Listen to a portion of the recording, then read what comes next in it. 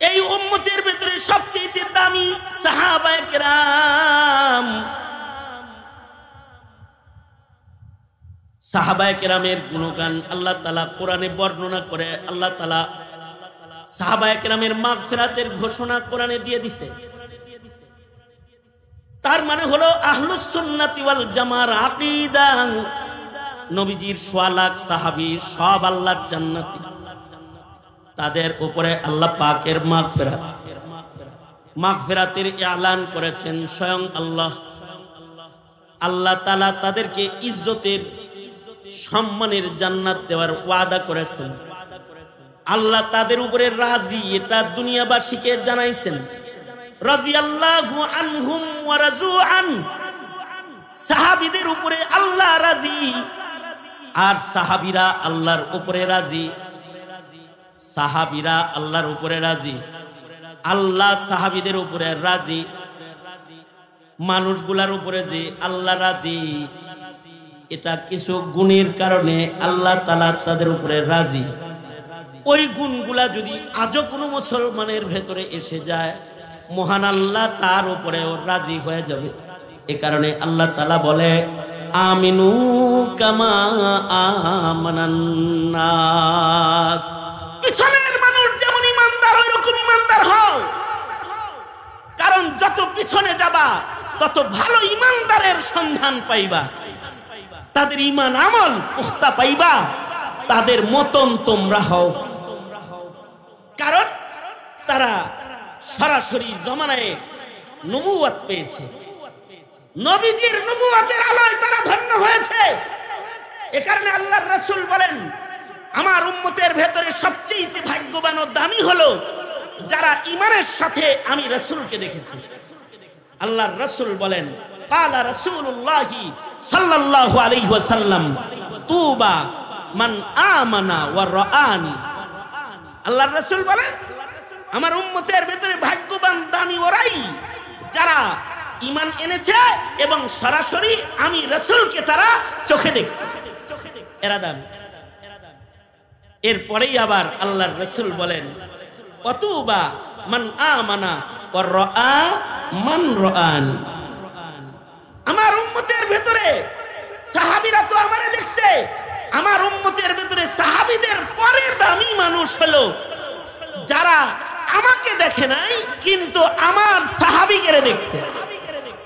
যারা রাসূলকে দেখেছে, মানুষগুলো নবীর সাহাবীকে দেখেছে। রাসূলকে এক নজর দেখার কারণে, নবীজিকে এক নজর দেখার কারণে সাহাবায়ে কেরামের মূল্য আল্লাহর কাছে এইরকম বাড়ছে যে আল্লাহ তাআলা তাদেরকে ঈমান, তাকওয়া, ইবাদত, আখলাকের সরদারি দান করছেন। সুবহানাল্লাহ বলেন, এক নজর দেখার কারণে। নবীজির সাহাবায়ে কেরামের ভেতরে সবচেয়ে আদনা সাহাবী যিনি, যে সবচেয়ে নবীজির কম সান্নিধ্য উঠাইছে, এমন সাহাবীর জীবনেও যদি তাকায়া দেখি তো তাদের মতো পাওয়ারফুল ইমানদার আর পরে তালাশ করে পাওয়া যায়। যেমন তামিমে দারি রাদিয়াল্লাহু আনহু, যিনি হযরত নবী আলাইহিস সালামের ওফাতের বছর কালেমা পড়া মুসলমান হয়েছে। নবীজির ওফাতের বছর কালেমা পড়ছেন, কিন্তু এই যে কালিমা সহকারে নবীজিরে দেখছে এক নজর, দামটা কিরকম হয়েছে? দাম এরকম হয়েছে, সাহাবায়ে কেরামের মধ্যে তামিমে দারির ইবাদতের পাওয়ার এত যে তিনি এক রাকাত নামাজে টোটাল কোরআন শরীফ পুরাটা খতম করতেন। সুবহানাল্লাহ। আগামীকালকে বললেন, কারণ আপনারাও তো আমরাও তো অনেক কোরআন পড়া জানি, তাই না?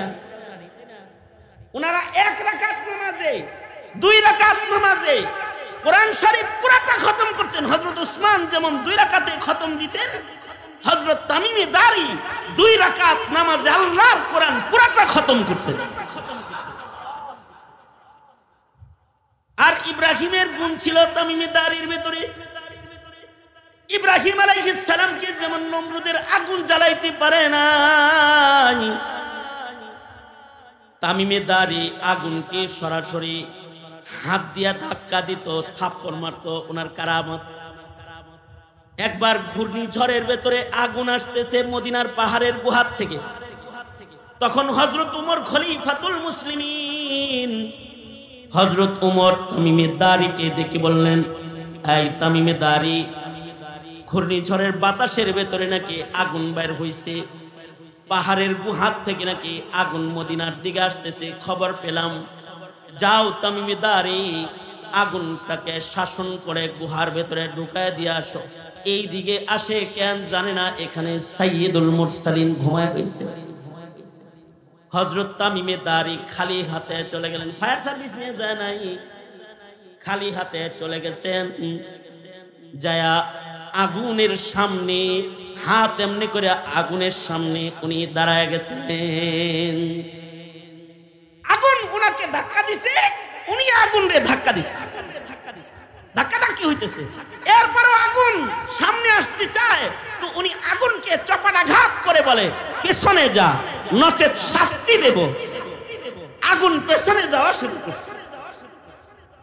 আগুনকে গুহার ভেতরে ঢুকায় দিয়ে উনি খুতবা দিছে, সাবধান, ফের কখনো যদি রাসূলের মদিনার দিকে আগাস, এটা আমন আর সালামতের শহর মদিনা, এই দিকে যদি আগুন তুই কখনো আগাস, আর আমি তামিমে দারি যদি খবর পাই, তাইলে আজকে কিছু বললাম না, সামনে এমনটি করলে ভয়াল সাজা দিব। আগুনকে বলতেছেন সাজা দিব, এটা ওনার কারামত।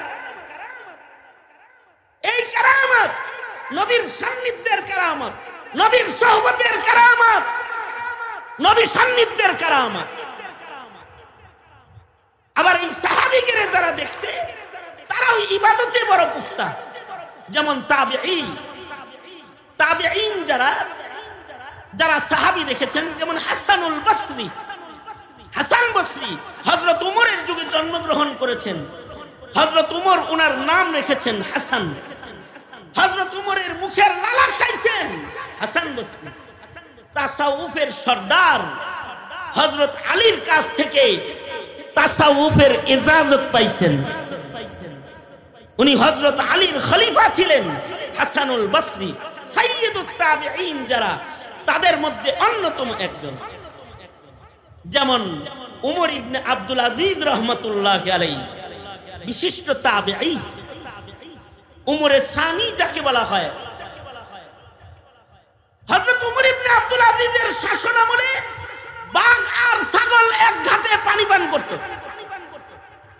উনার ইবাদতের কারণে, উনার তাকওয়ার কারণে, উনার গায়ের ময়লা জামা যে পানিতে ভিজাইতো ধোয়ার জন্য, আমির উমারারা জামা এনে ওই বালতিতে চুবাইয়া দিত। কারণ কি? উমর ইবনে আব্দুল আজিজের ঘামের পানিটা যে জামায় লাগে, কমপক্ষে 40 দিন পর্যন্ত জামার ভেতর থেকে খুশবু বের হয়। দিন যাইতেছে, আমরা কিয়ামতের কাছাকাছি হইতেছি, আর জমানায়ে নবুয়ত থেকে আমরা দূরে সরতেছি। একটা দিন যাইতেছে তো খারাপির দিকে আগাইতেছি, আর যত পিছনের দিকে যাব, যায় দিন ভালো যায়, প্রবাদ আছে।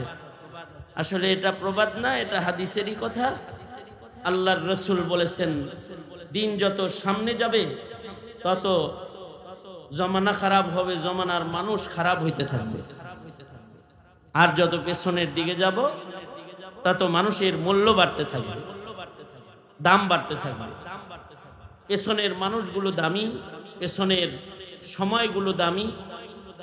আর যত সামনের দিকে আগাবো, তত জমানাও কম দামি, মানুষগুলোও কম দামি, আমাদের দাম কমতেছে। আগে যায় যারা, তারা ভালো চলে গেছে। কারণ কি? কারণ তারা জমানায় নবুয়তের কাছাকাছি, নবীর জমানা পাইছে, নবীজির যুগের কাছাকাছি। বাতির কাছাকাছি থাকলে আলো বেশি, বাতির থেকে দূরে গেলে অন্ধকার বেশি। আর বাতির যত কাছাকাছি তত আলো বেশি, আর বাতির থেকে যত দূরে যাবে তত অন্ধকার বেশি।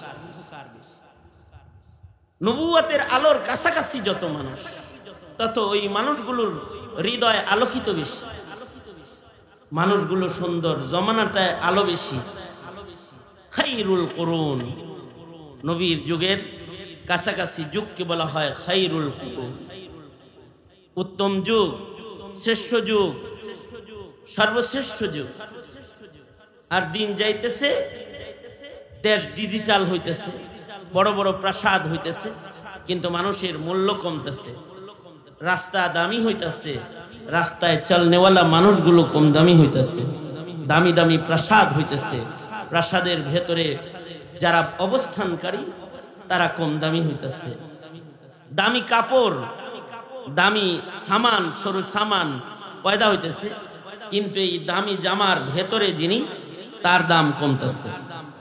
দামি জুতা এটা প্রস্তুত হইতেছে, কিন্তু এই জুতাটা যার পায়ে ঢুকছে এই মানুষটা কম দামি মানুষ হইতেছে, এই মানুষটার দাম কমতেছে, দিন যাইতেছে। আর আগের যুগ যেটা, সেটা প্রাসাদ ছিল না, খেজুর পাতার ছাউনি ছিল, সুন্দর জুতা ছিল না, কাঠের খরম পায়ে দিয়ে মানুষ হাঁটত, কাঠের খরম, মোটা জামা, সেরা তালিওয়ালা জামা পড়ত। কিন্তু তাদের আলোচনা আল্লাহ তাআলা আসমানি কিতাবে করেছেন। আল্লাহু আকবার বলেন। আল্লাহর আসমানি কিতাবে তাদের আলোচনা আছে, তাদের গুণগান আছে, তাদের প্রশংসা আছে। মানুষ আসমানি কিতাব দেখে দেখে দেখে দেখে তাদের অপেক্ষা করত। নবীদের কথা তো আসমানি কিতাবে আছেই, নবীদের পরেও সাহাবায়ে কেরাম, সাধারণ মানুষের ভেতরে দামি মানুষ যারা, নবীদের পরে সবচেয়ে বেশি দামি সাহাবায়ে কেরাম, তাদের কথাও আসমানি কিতাবে ছিল। এই জেরুজালেম, ফিলিস্তিন, এটা বারবার মুসলমানদের দখলে এসেছে, বারবার মুসলমানের হাত থেকে হাতছাড়া হয়েছে। হযরত ওমরের শাসন আমলে, হযরত ওমর তো আধা জাহানের খলিফাতুল মুসলিম, আধা জাহান ওনার দখলে। ওই সময় ফিলিস্তিন ওনার দখলে আছে, দখলে চলে আসছে। ফিলিস্তিনের চাবিকাঠি বুঝে নেওয়ার জন্য হযরত ওমর খালিদ ইবনুল ওয়ালিদকে সেনাপতি বানায়া ফিলিস্তিন পাঠাইয়া দিলেন। মসজিদুল আকসার চাবিকাঠি বুঝালো, জেরুজালেমকে বুঝে নাও। তখনও ওই সময় হযরত ওমরের যুগেও ওই সময় ফিলিস্তিনে আসমানি কিতাবের, তাওরাতের আলেম, ইনজিলের আলেম, যারা তাওরাত ইনজিল জানতো, আসমানি কিতাব পড়তো, তারা তখনও জীবিত ছিল। তারা কিতাব খুলে বসে আছে। খালিদ ইবনুল ওয়ালিদ গেছে, জমিনের হুকুমত দখল করছে, কিন্তু মসজিদুল আকসার চাবিটা খালিদ ইবনুল ওয়ালিদের হাতে পাদ্রীরা দিতেছে না। যারা আসমানি কিতাবের আলিম তারা দিতেছে না। খালিদ ইবনুল ওয়ালিদ বললেন, চাবিটা দিয়ে দেন। ওরা বলল, বিজয় করছ, শাসন তো উমরের শাসন জারি মদিনায়, ইসলামী হুকুমত, এটা সরাইতে সরাইতে আমাদেরটাও দখল করছো, ঠিক আছে, কিন্তু মসজিদুল আকসার চাবি নিতে আল্লাহর পছন্দনীয় গুণের মানুষ লাগে। আমাদের কিতাবে যে মানুষের গুণ বর্ণনা আছে, ওই মানুষ তুমি না, তোমার হাতে দিতে পারো। খালিদ ইবনুল ওয়ালিদ সাথে সাথে চিঠি লিখলেন আমিরুল মুমিনিন ওমরের কাছে। ওমর, জমিন তো দখল করছি, কারণ খালিদ ইবনুল ওয়ালিদের জীবনে এমন কোন যুদ্ধ নাই যে যুদ্ধে উনি পরাজয় হয়েছেন। যেখান দিয়ে গেছেন বিজয়ের পতাকা উড়াইতে উড়াইতে গেছে। আল্লাহ তাআলার পক্ষ থেকে আল্লাহর রাসূল তাকে সাইফুল্লাহ উপাধি দিয়েছেন। আল্লাহর তরবারি, এটা ভাঙ্গার ক্ষমতা কারণ নাই। যেখান দিয়ে গেছে জীবনে কোনোদিন কোনো যুদ্ধে পরাজয় বরণ করেন নাই। তো গেছেন জেরুজালেম, খালিদের তরবারির সামনে নত হয়ে গেছে, দখলে নিছেন, কিন্তু পাদ্রীরা মসজিদের চাবি দিতেছে না। মসজিদুল আকসা এটার চাবি দিচ্ছে না। এটার চাবি নিতে হলে আসমানি কিতাবে বর্ণিত মানুষের রং ঢং লাগবো। তোমার ভেতরে যার হাতে আমরা চাবি তুলে দিব, ওই মানুষের আলোচনা আসমানি কিতাবে আছে, এইটা তোমার ভেতরে ওই রং দেখি না। হযরত ওমর খবর পেয়ে মদিনাতুল মুনাওয়ারা থেকে জেরুজালেমের দিকে রওনা করলেন। অনেক বড় বাহিনী নিয়ে না, এখনকার নেতারা তো বাহিনী ছাড়া চলতেই পারে না। আর হযরত ওমর চলছেন, সাথে একটা কালা গোলাম আছে, গোলাম সাথে নিয়া হযরত ওমর চলতেছেন। ওই দিয়া চলতেছেন, রোড দিয়া না, সাহারা মরুপ্রান্তর পার হয়ে একা একা মরুভূমি পার হয়ে 1 মাসের পথ পাড়ি দিয়ে জেরুজালেম যাচ্ছেন মসজিদুল আকসা বুঝে নেওয়ার জন্য। হযরত ওমর বালির ভেতর দিয়ে মরুভূমিতে সফর করলে কাপড় চোপড় চকচকা থাকবো না, একটু ময়লা গান্দা হইব। হ্যাঁ, এই বালুর উপর দিয়ে সফর করতেছে। এরপরেও হযরত উমরের যে জামা, ওটা 18 তালি। কারণ আধা জাহানের খলিফাতুল মুসলিমিন, ওনার 2টা জামা নাই, একটা মাত্র জামা, যার ভেতরে আবার 18টা তালি। জুমার দিনে নিজের জামা অন্য কাউকে ধুইতে দিতেন না, নিজের হাতে তিনি ধৌত করতেন যেন এটা ছিঁড়া না যায়। আর ওইটা গায়ে দিয়া নবীজির মিম্বরে দাঁড়ায় খুতবা দিতেন। জেরুজালেমের কাছাকাছি গেছে, ওই কাছাকাছি এলাকায় একটা মুসলিম এরিয়া আছে, ওখানকার মুসলমানরা হযরত ওমররে সুন্দর করে গোসল করাইছে। এই তো কিছু দূর হাঁটলেই তো জেরুজালেম যাইবেন গা। রাস্তায় এক ইনসাফের আজীব নকশা, গোলাম রে উটের উপরে উঠা নিজে গোলামের রশি টানছে ইনসাফ কায়েম করার জন্য। 5 মাইল তুমি, 5 মাইল আমি।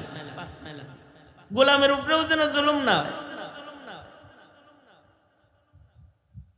তো সবাই মিলে নতুন জামা পরাইয়া দিচ্ছে, দামি জামা পরাইয়া দিচ্ছে। দামি জামা গায়ে দিয়া কিছু দূর যাওয়ার পরে হযরত ওমর আবার পিছনে ফেরত আসছে, আইসা কয় আমার ময়লা জামাটাই খুলো দাও। এই পথটাও এই দামি কেসরা কায়সারের গন্ধ আসে যে জামাত থেকে, এই জামা গায়ে আমি এই পথ চলে মুসলমানদের কেবলা বিজয়ের রাস্তা অতিক্রম করতে চাই না, সেরা জামাটা আবার দাও। সেই পিছনে যায় আবার সেরা জামা পরছে। সেরা জামা পরে যখন গেছে মসজিদুল আকসা, এই জেরুজালেমের নেতারা আর পাদ্রীরা হযরত ওমররে এক নজর দেখা বলে, হ্যাঁ এবার আসছে। চেহারার ভেতরে যে রংগুলো দেখা যাইতেছে এর কথা আসমানি কিতাবে বিদ্যমান আছে। না ওমর কোনো কথা বলতে হবে না, চাবি বুঝে নাও। সাহাবায়ে কেরামের কথা আসমানি কিতাবে আছে। ওই কথাটা আল্লাহ তাআলা আল্লাহর কালামে বলেছেন, যালিকা মাসালুহুম ফিত তাওরাহ ওয়া মাসালুহুম ফিল ইনজিল। মানুষগুলা এত দামি যে তাদের কথা তাওরাতে ইনজিলে আল্লাহ তাআলা শত শত বছর আগে, 1000 বছর আগে তাদের প্রশংসা গুণগান আল্লাহ তাআলা বর্ণনা করেছে। মানুষগুলা এমন যুগে এসেছিল যে যুগে জেনারেটর ছিল না। ওই মানুষগুলার আগমন হয়েছিল এমন যুগে যখন মানুষের দামি দামি ঘর ছিল না, তাদের গায়ে দামি দামি কাপড় ছিল না, সেরা কাপড় ছিল, ভাঙ্গা ঘরে তারা বসবাস করত, কিন্তু মানুষগুলা দামি ছিল। হাবশি কালো গোলাম, কিন্তু আল্লাহর কাছে তারা দামি ছিল। আর এখন সুন্দর সুন্দর মানুষ, প্রাসাদে বসবাসকারী মানুষ, দামি বাহন, দামি গাড়ি, দামি পোশাক, দামি জুতায় সজ্জিত সাজের মানুষ, কিন্তু মানুষগুলার মূল্য কমে গেছে। কারণ ইন্নাল্লাহা লা ইয়ানজুরু ইলা সুওয়ারিকুম ওয়ালাকিন ইয়ানজুরু ইলা কুলুবিকুম ওয়া আমালিকুম। আল্লাহ তাআলা মানুষের বাহ্যিক হালত তাকায় দেখে না, কার চেহারার গঠন কত সুন্দর এটা তাকায় দেখে না, কার চামড়া সুন্দর আল্লাহ এটা তাকায় দেখে না, কার বাড়ি সুন্দর এটা দেখে না, কার বেশি টাকা এটা দেখে না, কি বড় চেয়ারে বসে আছে এটা দেখে না। আল্লাহ পাক নজর করে তাকায় দেখি বান্দার কলব আর অন্তর। আর আল্লাহ তাআলা তাকায় দেখে বান্দার আমল, কর্মকাণ্ডটা কি করে, তার হৃদয়টা কেমন, তার কর্মকাণ্ড কেমন, এটা আল্লাহ তাআলা নজর করে তাকায় দেখে।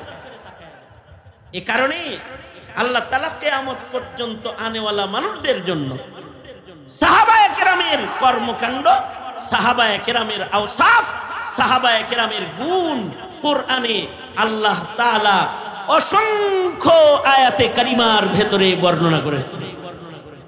এবং বর্ণনা করে আশ্চর্য বিষয় হলো কোরআনের পয়লা পাতায় আবার আল্লাহ আদেশ করে বলতেছেন, আমিনু কামা আমানান নাস, এই কিয়ামত পর্যন্ত আনেওয়ালা মানুষেরা তোমরা কেমন মুসলমান হবে, তোমরা কেমন ইমানদার হবে, যেমন ইমানদার ওই পূর্বের যুগের মানুষগুলা হয়েছে ওই রকম তোমরা ইমানদার হবে।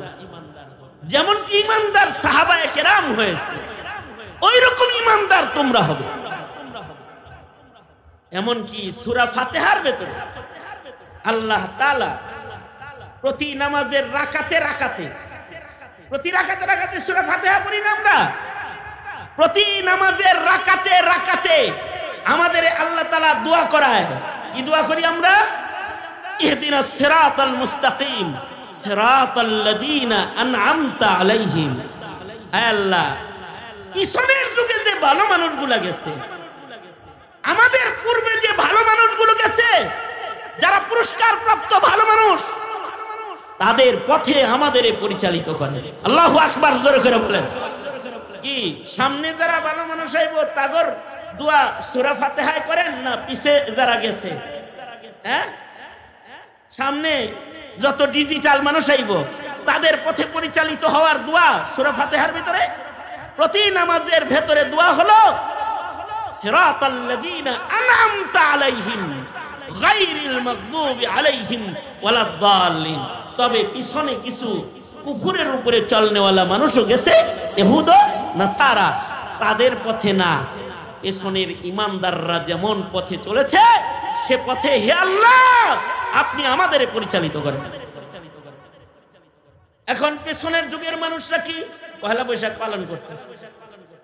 হ্যাঁ, তারা বৈশাখের পান্তা ভাত খাইতো, ইলিশ মাছ খাইতো, র্যালি করত, তারা জন্মদিন পালন করত। কি কথা কন না কেন? তারা মৃত্যুদিন পালন করত। যা আইতেছে সব নতুন নতুন আইতেছে। আল্লাহ পাক এগুলোকে অনুসরণ করতে বলে নাই।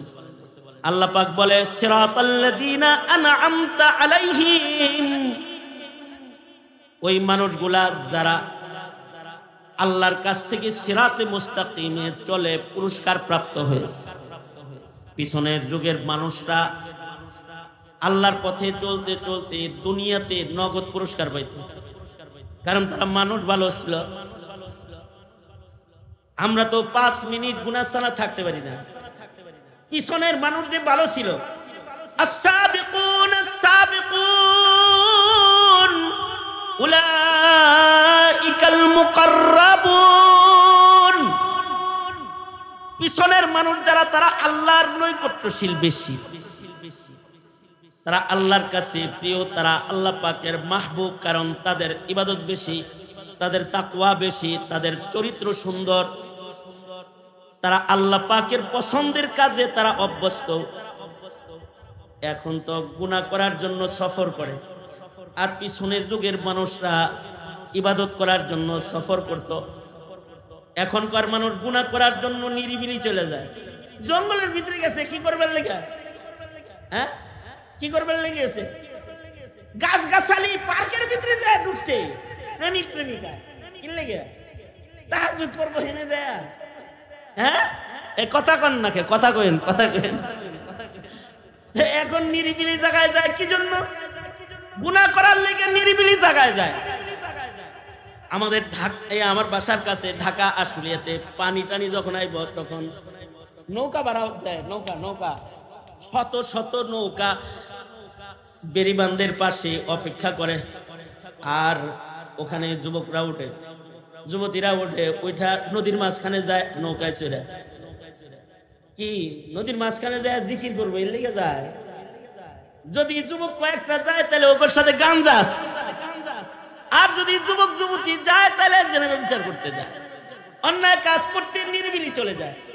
আর আগের যুগের মানুষ আল্লাহর কাছে নিরিবিলি জায়গা তালাশ করত ইবাদত করার জন্য। এক লোক তার মাকে দিয়ে দোয়া করাইছে, আল্লাহ আপনি আমার সন্তানটারে নিরিবিলি ইবাদতের জায়গা দান করেন। তো মা দোয়ার বরকতে পাথরের ভিতরে আল্লাহ তাআলা ইবাদতের জায়গা দিয়ে দিচ্ছে, পাথরের ভিতরে বয়া বয়া ইবাদত করে। মুস্তাদরাক আলা সহিহাইন, মুস্তাদরাকে হাকিম, মুস্তাদরাকে হাকিমের ভেতরে রিওয়ায়াত আছে। মুস্তাদরাক আলা সহিহাইন মানে হলো বুখারী আর মুসলিম শরীফে যে সকল সহিহ হাদিসগুলো যে মানের শর্তে একত্রিত করেছেন ইমাম বুখারী ও ইমাম মুসলিম, হুবহু ওই শর্তে ইমাম হাকিম মুস্তাদরাক আলা সহিহাইন বুখারী মুসলিমের শর্তে উনার কিতাবে উনি হাদিস জমা করছেন। তার মানে বুখারী আর মুসলিম শরীফের হাদিসে যেমন সিহহাতের সর্বোচ্চতা পাওয়া যায়, মুস্তাদরাকে হাকিমের হাদিসের সিহহাতের সর্বোচ্চতা ওইরকম মানের দিক দিয়ে হাদিস ওইরকম উচ্চ মানের হাদিস।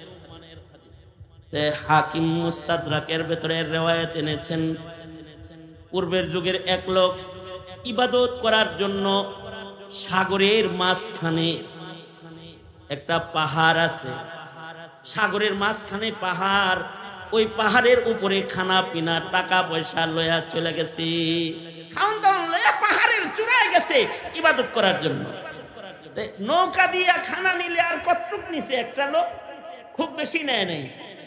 কয়দিন পরে খানা শেষ, এবার যে ইবাদত বাদ দিয়ে আবার খানার লেগে আইতে হইব, খানার জন্য আবার সাগরের মাঝখান থেকে বাজারে যেতে হইব না। এবার এই লোক দোয়া করতেছে আল্লাহর কাছে, আল্লাহ ইবাদত বাদ দিয়ে যে এখন আবার ওইদিকে যামু এটা আর সহ্য হইতেছে না, আল্লাহ আপনার গোলামি ছাড়া অন্য কিছু তো আর ভাল লাগে না, সামান্য সময়ের ইবাদতের বিরতিটাও আমার বরদাস্ত হইতেছে। দোয়া করতেছে, আল্লাহ তাআলা তার দোয়ার বরকতে এই লোকের এই দোয়া করে যখন ঘুমাইছে, কাল সকালে যাইব খাওয়ান আনতে, ঘুমের থেকে উঠে দেখে সুবহানাল্লাহ বলার লেগে রেডি হয়ে বসে, কারণ আল্লাহর রাসূল খবর দিছে, খবরটা বিশুদ্ধ খবর, নবীজির দেয়া খবর। লোক ঘুমাইছে তো ঘুমের থেকে উঠে দেখে তার মাথার কাছে পাকা আনার গাছ, তার করে আল্লাহ পাকা আনার ঝুলাইয়া দিছে। তার মানে এন্টার যাওয়ার দরকার নাই, একটা করে আনার ছিঁড়ো আর খাও আর ইবাদত করো। আবার নজর করে তাকায় দেখে সাগরের ভিতরে চতুর্দিকে তিতা পানি, কিন্তু তার মুসাল্লা যে জায়নামাজ বিছাইছে, জায়নামাজের পাড় দিয়ে মিষ্টি পানির ঝর্ণা একটা আল্লাহ চালু করছে। আল্লাহর রাসূল বলেন এইভাবে মিষ্টি পানির ঝর্ণার পানি পান করে আর আনার খেয়ে খেয়ে সে 500 বছর লাগাতার, কত বছর? 500 বছর লাগাতার আল্লাহর গোলামি করছে। একটা সেকেন্ড আল্লাহর পছন্দের বাইরে সে কাটায় নাই। 500 বছর আমাদের হায়াত 40, 50, 60 বছর, এর ভিতরে ডেলি 24 ঘন্টার ভেতরে 24 ঘন্টা ইবাদতে কাটানোর মতো শক্তি সামর্থ্য আমাদের নাই। আর উনি 500 বছরের ভেতরে একটা গুনার কাম করেন, 500 বছরের আল্লাহর হুকুমের খেলাপ চলে নাই, 500 বছরের ভেতরে মানুষের কোলাহলের ভেতরে ঢুকে নাই। আস-সাবিকুনাল আউয়ালুন, আগের মানুষগুলা এরকম পারতো যে 500 বছর লাগাতার ইবাদত করছে।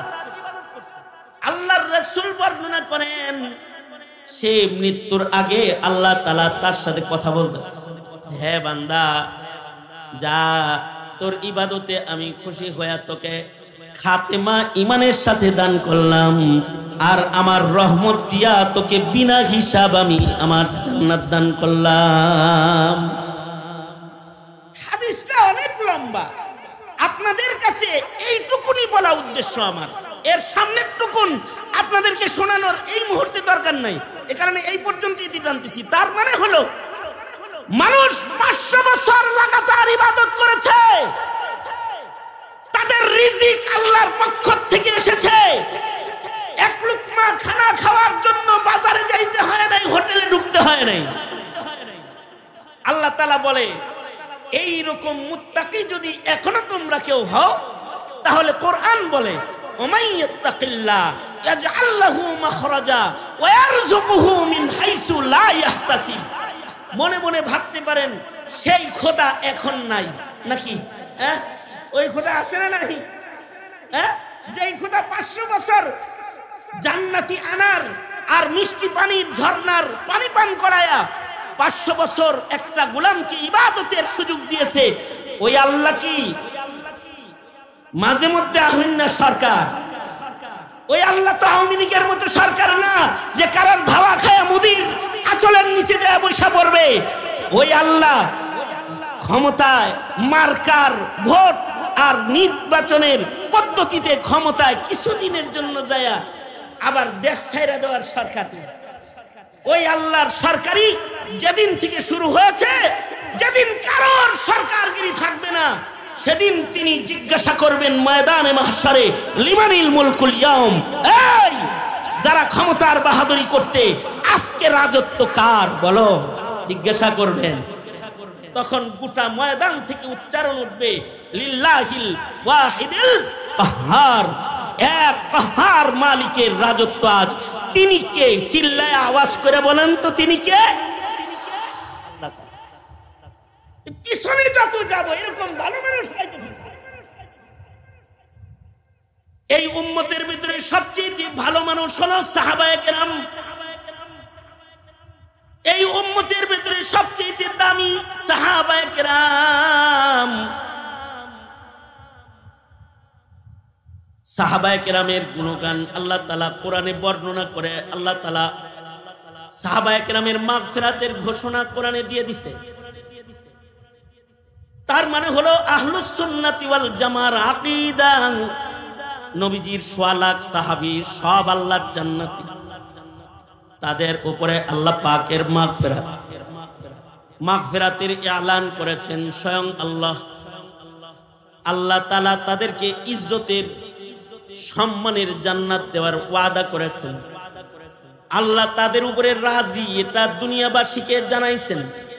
রাদিয়াল্লাহু আনহুম ওয়া রাজু আন, সাহাবীদের উপরে আল্লাহ রাজি আর সাহাবীরা আল্লাহর উপরে রাজি। সাহাবীরা আল্লাহর উপরে রাজি, আল্লাহ সাহাবীদের উপরে রাজি। মানুষগুলার উপরে যে আল্লাহ রাজি, এটা কিছু গুণের কারণে আল্লাহ তাআলা তাদের উপরে রাজি। ওই গুণগুলা যদি আজও কোনো মুসলমানের ভেতরে এসে যায়, মহান আল্লাহ তার উপরেও রাজি হয়ে যাবে। এ কারণে আল্লাহ তাআলা বলে আমিনু কামা আমানান নাস, পিছনের মানুষ যেমন ইমানদার ওইরকম ইমানদার হও। কারণ যত পিছনে যাবা তত ভালো ইমানদারের সন্ধান পাইবা, তাদের ঈমান আমল পুখতা পাইবা, তাদের মতন তোমরা হও। কারণ তারা সরাসরি জমানায় নবুয়ত পেয়েছে, নবীজির নবুয়তের আলোয় তারা ধন্য হয়েছে। এ কারণে আল্লাহর রাসূল বলেন আমার উম্মতের ভেতরে সবচেয়ে ভাগ্যবান ও দামি হলো যারা ঈমানের সাথে আমি রাসূলকে দেখেছি। আল্লাহর রাসূল বলেন ক্বালা রাসূলুল্লাহি সাল্লাল্লাহু আলাইহি ওয়াসাল্লাম তুবা মান আমানা ওয়া রাআনি। আল্লাহর রাসূল বলেন আমার উম্মতের ভেতরে ভাগ্যবান দামি ওরাই যারা ঈমান এনেছে এবং সরাসরি আমি রাসূলকে তারা চোখে দেখছে, এরা দামি। এরপরেই আবার আল্লাহর রাসূল বলেন ওয়াতুবা মান আমানা ওয়া রাআ মান রাআনি। আমার উম্মতের ভেতরে সাহাবীরা তো আমারে দেখছে, আমার উম্মতের ভেতরে সাহাবীদের পরে দামি মানুষ হলো যারা আমাকে দেখে নাই কিন্তু আমার সাহাবীকে দেখছে। যারা রাসূলকে দেখেছে মানুষগুলো নবীর সাহাবীকে দেখেছে। রাসূলকে এক নজর দেখার কারণে, নবীজিকে এক নজর দেখার কারণে সাহাবায়ে কেরামের মূল্য আল্লাহর কাছে এইরকম বাড়ছে যে আল্লাহ তাআলা তাদেরকে ঈমান, তাকওয়া, ইবাদত, আখলাকের সরদারি দান করছেন। সুবহানাল্লাহ বলেন। এক নজর দেখার কারণে নবীজির সাহাবায়ে কেরামের ভেতরে সবচেয়ে আদনা সাহাবী যিনি, যে সবচেয়ে নবীজির কম সান্নিধ্য উঠাইছে, এমন সাহাবীর জীবনীও যদি তাকায়া দেখি তো তাদের মতো পাওয়ারফুল ইমানদার আর পরে তালাশ করে পাওয়া যায়। যেমন তামিমে দারি রাদিয়াল্লাহু আনহু, যিনি হযরত নবী আলাইহিস সালামের ওফাতের বছর কালেমা পড়া মুসলমান হয়েছে। নবীজির ওফাতের বছর কালেমা পড়ছেন, কিন্তু এই যে কালিমা সহকারে নবীজিরে দেখছে এক নজর, দামটা কিরকম হয়েছে? দাম এরকম হয়েছে, সাহাবায়ে কেরামের মধ্যে তামিমে দারির ইবাদতের পাওয়ার এত যে তিনি এক রাকাত নামাজে টোটাল কোরআন শরীফ পুরাটা খতম করতেন। সুবহানাল্লাহ। আগামীকালকে বললেন, কারণ আপনারাও তো আমরাও তো অনেক কোরআন পড়া জানি, তাই না? ওনারা এক রাকাত নামাজে, দুই রাকাত নামাজে কোরআন শরীফ পুরাটা খতম করতেন। হযরত উসমান যেমন দুই রাকাতে খতম দিতেন, হযরত তামিমে দারি দুই রাকাত নামাজে আল্লাহর কোরআন পুরাটা খতম করতেন। আর ইব্রাহিমের গুণ ছিল তামিমে দারির ভেতরে। ইব্রাহিম আলাইহিস সালামকে যেমন নমরুদের আগুন জ্বালাইতে পারে না, তামিমে দারি আগুনকে সরাসরি হাত দিয়া ধাক্কা দিত, থাপ্পড় মারত। ওনার কারামত।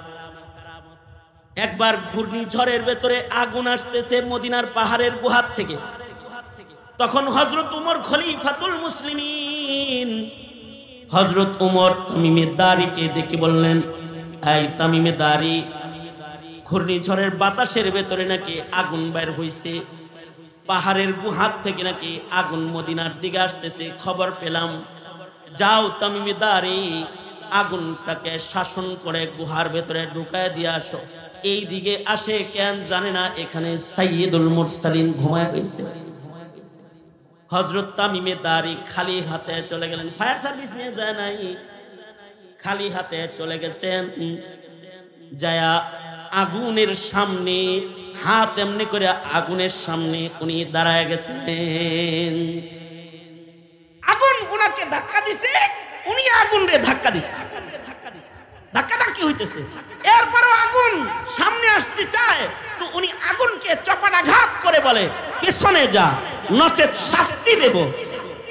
আগুন পেছনে যাওয়া শুরু করছে।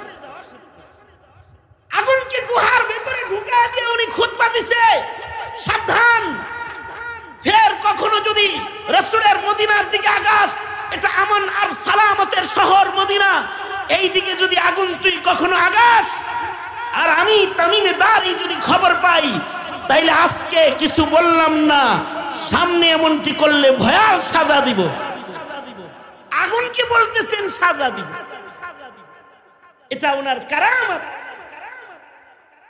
এই কারামত নবীর সান্নিধ্যের কারামত, নবীর সোহবতের কারামত, নবী সান্নিধ্যের কারামত। আবার এই সাহাবীকে যারা দেখছে তারাও ইবাদতে বড় পুখতা, যেমন তাবেঈন যারা সাহাবী দেখেছেন, যেমন হাসানুল বসরি, হাসান বসরি হযরত উমরের যুগে জন্মগ্রহণ করেছেন। হযরত উমর ওনার নাম রেখেছেন হাসান, হযরত উমরের মুখের লালা খাইছেন হাসান বসরি। তাসাউফের সর্দার হযরত আলীর কাছ থেকে তাসাউফের ইজাজত পাইছেন। উনি হযরত আলীর খলিফা ছিলেন। হাসানুল বসরি সাইয়্যিদুত তাবেঈন যারা, তাদের মধ্যে অন্যতম একজন। যেমন উমর ইবনে আব্দুল আজিজ রাহমাতুল্লাহি আলাইহি, বিশিষ্ট তাবেঈ, উমরে সানি যাকে বলা হয়।